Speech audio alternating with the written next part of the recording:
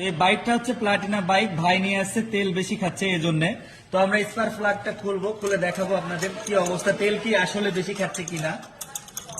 তো তেল বেশি খাওয়ার একটা হচ্ছে উপায় হচ্ছে, মানে তেল বেশি খাচ্ছে বোঝার উপায়, স্পার্ক প্লাগ খুললে বোঝা যাবে যে তেল বেশি খাচ্ছে না কম খাচ্ছে। তো স্পার্ক প্লাগটা মোটামুটি কালো আছে, আবার নিচে বাদামি আছে, সেহেতু তেল খুব একটা বেশি খাচ্ছে না। তো বাইকের 60, 62 বা 65 কিলো মাইলেজ পাচ্ছে।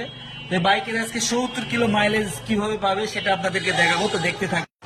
তো বাইকে যখন টুইনিং অ্যাডজাস্ট করবেন তখন মূলত আপনারা বাইকটা স্টার্টে রাখবেন আর আরপিএমটা বাড়াই নেবেন যাতে বন্ধ না হয়।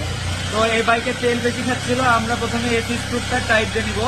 এসি স্ক্রুটা ফুল টাইট দিয়ে নিলাম, তারপর হাফ প্রেসে 4 প্রেস দিব, 1 2 3 4।